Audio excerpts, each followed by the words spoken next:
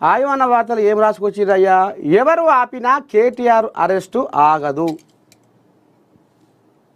ఎవరు? పెదకోమటిరెడ్డి అంటుండు. ఏమంటుండు? దోచుకున్న దోపిడీ సొమ్మునంతా కక్కిస్తాం, రాజకీయ కక్ష సాధింపు చర్యలు లేవు, చట్ట ప్రకారమే వెళ్తాం.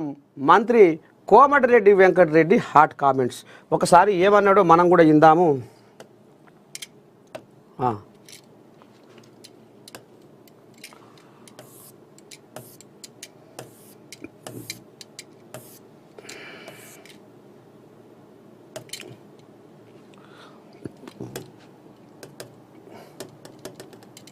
చట్ట ప్రకారమే అన్ని జరుగుతాయి.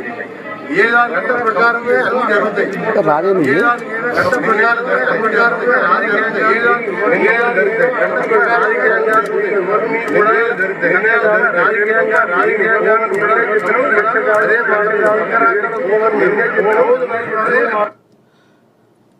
ఏంది ఇట్లా వస్తుంది ఇది?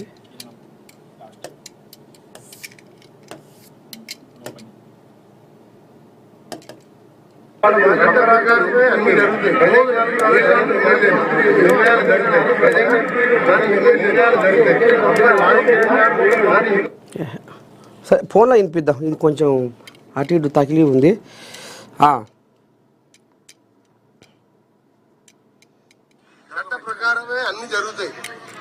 ఒకసారి ఇది జూమ్ పెట్టుకో.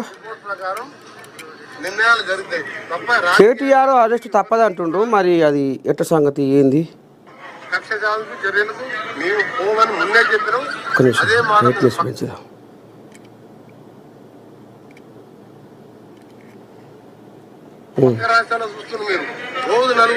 చట్ట ప్రకారమే అన్ని జరుగుతాయి.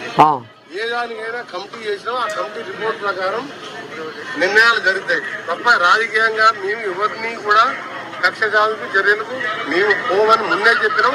అదే మాట మీరు పక్క రాష్ట్రాల్లో చూస్తున్నారు. మీరు రోజు 4 అరెస్ట్ అవుతున్నారు. మాజీ మంత్రులు, ఎంపీలు, ప్రజెంట్ ఎంపీలు, ప్రజెంట్ ఎమ్మెల్యేలు. ఇక్కడ అరెస్ట్ అయినా కానీ 20 నెలల్లో అన్ని ఎంక్వైరీ కమిటీలు వేసినాం. ఒక్కొక్క కమిటీ రిపోర్ట్ వస్తుంది. ఆ రిపోర్ట్ లో దోషులు తేలిన వారికి తప్పకుండా 45 కోట్ల రూపాయలు ఎలక్ట్రానిక్ బాండ్ల రూపంలో వచ్చినట్టు నువ్వు చూసినట్టే నేను టీవీలో చూసినా ఆ రిపోర్ట్ అనేది నేను చదవలేదు. అలా వచ్చిందంటే చట్టం తన మీద తను చేర్చుకుంటుంది. అంటే ఎవరి జోక్యం లేదు, ముఖ్యమంత్రి జోక్యం లేదు, కోమటిరెడ్డి వెంకటరెడ్డి జోక్యం లేదు. చట్టం తన పని తాను చేసుకుంటూ పోతుంది. అలా విదేశాలకు క్యాబినెట్ అనుమతి లేకుండా ఇచ్చి మళ్ళా ఎలక్ట్రానిక్ బాండ్ల వాళ్ళ పార్టీకి వచ్చినట్టు బ్యాంక్ రిపోర్ట్ ఉన్న తర్వాత నువ్వు నేను చెప్పిన ఆగుతుందా? అదే అది. అందుకని దీనిలో మా జోక్యం లేదు. చట్ట ప్రకారమే చర్యలు చేపడతాం. ఎంతటి వారైనా సరే కాళేశ్వరంలో కానీ, ఈ కార్ రేసింగ్ లో కానీ, ధరణిలో కానీ ఎట్టి పరిస్థితుల్లో కూడా దోసుకున్న సొమ్మంతా కట్టేయాలి. మళ్ళీ దోసుకున్న సొమ్మంతా కూడా రికవరీ చేసి మళ్ళా పేదల కార్యక్రమాలు చేయాలన్నది మా లక్ష్యం. మొత్తానికి పెదకోమటిరెడ్డి ఇక మరి రాజకీయ కక్ష సాధింపుతోటి మేము పోము, చట్టం తన పని తాను చేసుకుంటూ పోతుంది. ఇక మా ప్రభుత్వం వచ్చి ఇప్పుడు 20 నెలల పొద్దుగా వస్తుంది.